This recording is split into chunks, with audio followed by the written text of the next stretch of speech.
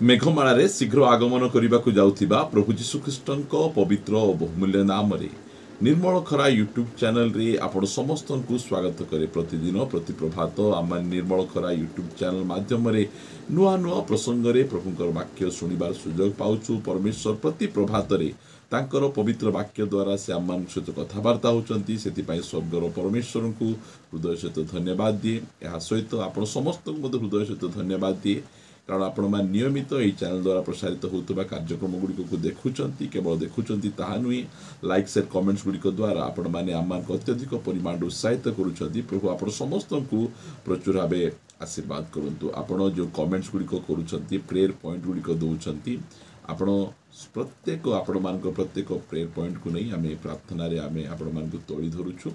ଆପଣମାନଙ୍କର କିଛି ପ୍ରଶ୍ନ ଥିଲେ ମଧ୍ୟ ଆପଣମାନେ କମେଣ୍ଟସ୍ ମାଧ୍ୟମରେ ଆପଣମାନେ ଲେଖିପାରିବେ, ଜଣାଇ ପାରିବେ। ଆପଣମାନଙ୍କର କିଛି ସଜେସନ୍ ମଧ୍ୟ ରହିଛି, ତାହେଲେ ମଧ୍ୟ ଆପଣମାନେ କମେଣ୍ଟସ୍ ମାଧ୍ୟମରେ ଆମମାନଙ୍କୁ ଜଣାଇ ପାରିବେ। ପ୍ରଭୁ ଆପଣମାନଙ୍କୁ ଆଶୀର୍ବାଦ କରନ୍ତୁ। ଆସନ୍ତୁ ଆଜିର ପ୍ରସଙ୍ଗ ନିକଟକୁ ଯିବା। ଆଜିର ପ୍ରସଙ୍ଗଟି ଏହି ପ୍ରକାର ଅଟେ, ଯିବାକୁ ତ ପଡ଼ିବ।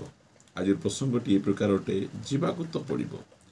ପ୍ରିୟମାନେ, ଯେତେ ଜଣ ଏ ଧରାପୃଷ୍ଠକୁ ଆସିଛନ୍ତି, କେହି ଜଣେ ମଧ୍ୟ ଏ ଧରାପୃଷ୍ଠରେ ଚିରଦିନ ପାଇଁ ରହିନାହାନ୍ତି।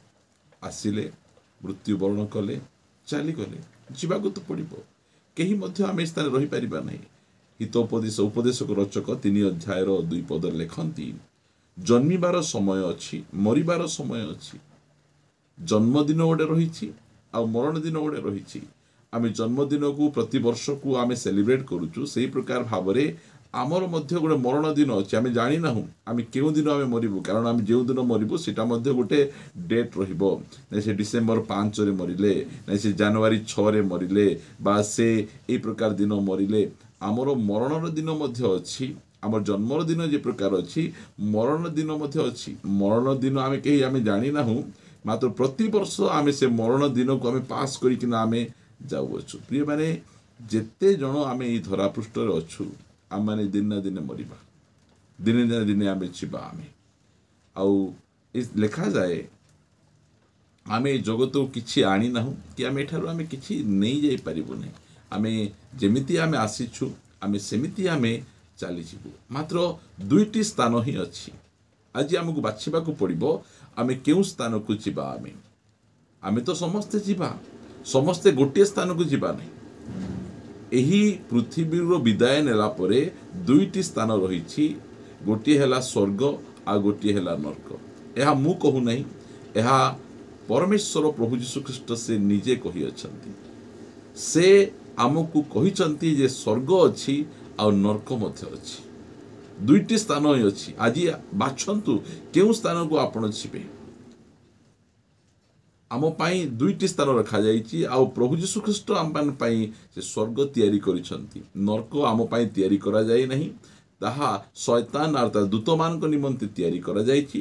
ମାତ୍ର ଲୋକମାନେ ଅଜ୍ଞାତବଶତଃ ବା ଜାଣିଶୁଣି ମଧ୍ୟ ସେମାନେ ନରକକୁ ଯିବା ପାଇଁ ଚାହୁଁଛନ୍ତି।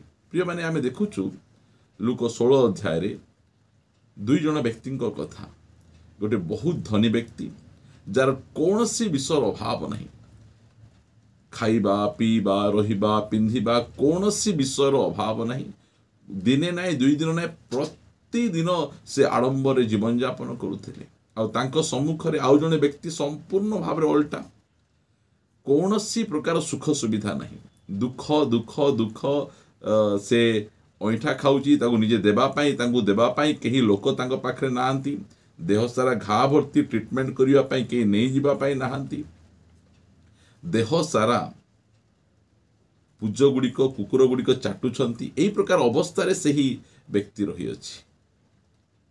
ମାତ୍ର ଯେତେବେଳେ ସେ ମୃତ୍ୟୁବରଣ ହେଇଗଲା, ପ୍ରଥମେ ଲାଜାର ମଲେ।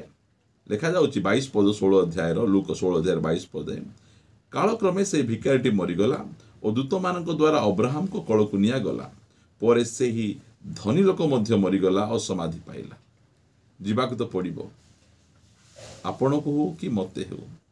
ଆମେ କେହି ଅମର ଫଳ ଖାଇନାହୁଁ ଯେ ଏହି ସ୍ଥାନରେ ଆମେ ସବୁବେଳେ ଆମେ ରହିଯିବୁ। ଆମେ ଧାର୍ମିକ ହେଉ କି ପାପୀ ହେଉ, ଦୁଷ୍ଟ ହେଉ କି ସନ୍ଥ ହେଉ, ଛୋଟ ହେଉ କି ବଡ଼ ହେଉ, ଧନୀ ହେଉ କି ଦରିଦ୍ର ହେଉ, ଆମକୁ ତ ଯିବାକୁ ପଡ଼ିବ। मात्र केउं स्थान को जीवा जो समय रे लाजार मृत्युवरण करिसंती से अब्राहम कर कोल को जाइछंती जोटा कि परमेश्वर आम पाई तैयारी करिसंती सांत्वनार स्थान विश्रामर स्थान आशीर्वादर स्थान अनंत सुख भोगिबार स्थान से स्थान आम निमंते प्रस्तुत करिसंती एही पृथ्वी पृष्ठ रे आमको दुख कष्ट समस्या विभिन्न प्रकार आसी पारे जहाँ भी होना कहीं आमे जदि प्रभु यीशु ख्रीष्ट विश्वास करी आमे स्थिर रे रहिबा पवित्र जीवन यापन करिबा ताहाले आमे अब्राहम कोल को स्वर्ग को पारदीस को आमे जाई परिबा प्रिय माने जीवाकू तो पड़िबो आमे जेते अनिच्छा कले मध्य मु जीवी नाही मु मरिबी नाही ए प्रकार कले मध्य किछि हेबो नाही कारण जेते जण आसीचंती से माने मृत्युवरण करिसंती जाइचंती आपण मध्य जीवे मु मध्य जीवी मात्र केउ स्थान को आमे जीवु आमे सेटा हला इंपोर्टेंट विषय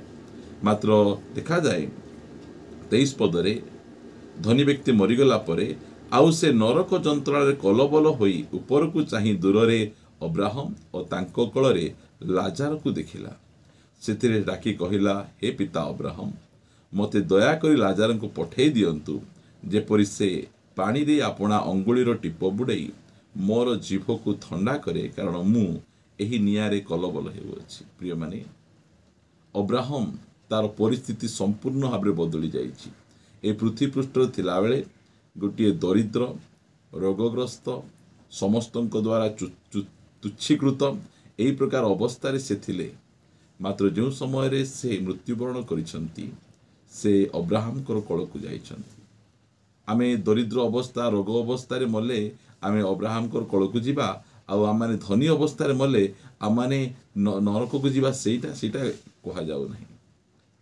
कहा जाउछि जे आमे ए धरा पृष्ठ रे कि प्रकार प्रभु यीशु ख्रीष्टଙ୍କ सहभागितारे जीवन यापन करूछु सेटा हला बड़ कथा से धनी व्यक्ति को टंका देइथिले प्रभु धन संपत्ति देइथिले आउ सेही धन संपत्ति को से बहुत आडंबर रे निजर सुख निजर सुविधा काहा को से देवार नहीं तांको सम्मुख रे अनेक दरिद्र अनेक भिकारी अनेक असहाय लोक पड़िछंती सेमान को देखी से भाबुथिबे जे नाई मु बहुत धार्मिक पवित्र सेति पई परमेश्वर मते प्रचुर परिमाण देइछंती एमाने पापी अयोग्य सेति पई सेमान को पई नाही सेति पई से निजर टंका को एते परिमाण रे आडंबर रे उडौथिला गोटे ख्रिस्टियान निज धन संपत्ति को से प्रकार उड़ाए नहीं गोटे धार्मिक व्यक्ति से प्रकार उड़ाए नहीं गोटे धार्मिक व्यक्ति हृदय रे अन्य मान प्रति दया मध्य थाए प्रभु यीशु ख्रीष्ट को ग्रहण कला परे तांकर सहभागितारे आमको केमती जीवन यापन आमे करूछु आमे प्रिय माने मात्र भिकारी लाजार को पाखरे कोनोसी कंप्लेन नहीं से प्रकार अवस्था रे मध्य प्रभु को ठारे विश्वस्त होइकिना से रहिला कारण अब्राहम विश्वासी मानकर पिता आउ एही भिकारी लाजार से विश्वस्त थिले आउ विश्वास करुथिले आउ सेति पाए से विश्वासी मानकर पितांकर कोल को अब्राहम कर कोल को जाइछंती मात्र धनी व्यक्ति पृथ्वी रे जे प्रकार अवस्था रे थिले मृत्युवरण करू करू तांकर अवस्था संपूर्ण बदली जाय जे चित्कार करूछंती पीबा पाए टोपाटी पानी नहीं मोर जीभ गुड़िक पुडुची प्रिय माने जो जीभरे आमे विभिन्न प्रकार बचसा करि थाउ जो जीभरे आम माने विभिन्न प्रकार खराब विषय गुड़िक को आमे खाई थाउ पी थाउ से सब गुड़िकर दंड निहाते मिलिबो आज आम पाखे सुजोग रहिछि से दिन से एते छाटीपिटी हैला ए पृथ्वी पृष्ठ थिबा समय रे सेही धनी व्यक्ति केते प्रार्थना करिथिला जणा नहीं मात्र से नरक जंत्रणा कलबल होई से प्रार्थना करुची काहा कोले पठाओ मो भाई मान को पाकू ए धरा पृष्ठ थिला बेले कोनोसी भाईर चिंता कर नथिले मात्र मृत्युगरण कला परे से जानुची आज जेतले आपण संदेश सुनुचंती आपण मध्ये भाबुथिबे जे स्वर्ग कोण नरक कोण माने बेकार बेकार कथा कहउचंती से धनी व्यक्ति मध्ये से प्रकार भाबुथिले मात्र जो समय मृत्युवरण करिसंती सत्यता को जानिले आ तापरे से स्थान रु केही मध्य फेरी पुनर्बार आसी परिबे नहीं प्रिय माने से नरक जंत्रणा रे कलबल हेले सेतबेले से कहिले ए प्रकार कहउचंती 27 पद रे 26 पद रे ताहा छडा तुम्भ आम मान को मध्य रे बृहत व्यवधान अछि जेपरि जो माने ए स्थान को आम मान को निकट को जीवा पई इच्छा करंती से माने जाई पारंती नहीं पुणी से स्थान रु केही आम मान को निकट को आसी पारे नहीं सिदा होच अनंत काल से स्थान रे से रही से जंत्रणा रे कलबल होउछि जीवाकू तो पड़िबो आज नले काली हमको जीवाकू पड़िबो सेति आज आम पाई सुजोग आम जीवन को सजाड़ा आमे प्रभु को ग्रहण कलु चर्च जाऊँ बाइबल पढ़ुचु मात्र आम जीवन कि प्रकार अच्छी आमे स्वर्ग गलापर दिशुचु आमे अब्राहम कल को गलापर दिशुचु ना आमे कि प्रकार जीवन यापन कर आपण जेकोसी व्यक्ति कहतु ना कहीं जावाक तो पड़ो आ दुईटी स्थान अच्छी गोटे स्वर्ग गोटे नरक आज ये कथा आपन को भल लगी न पारे मात्र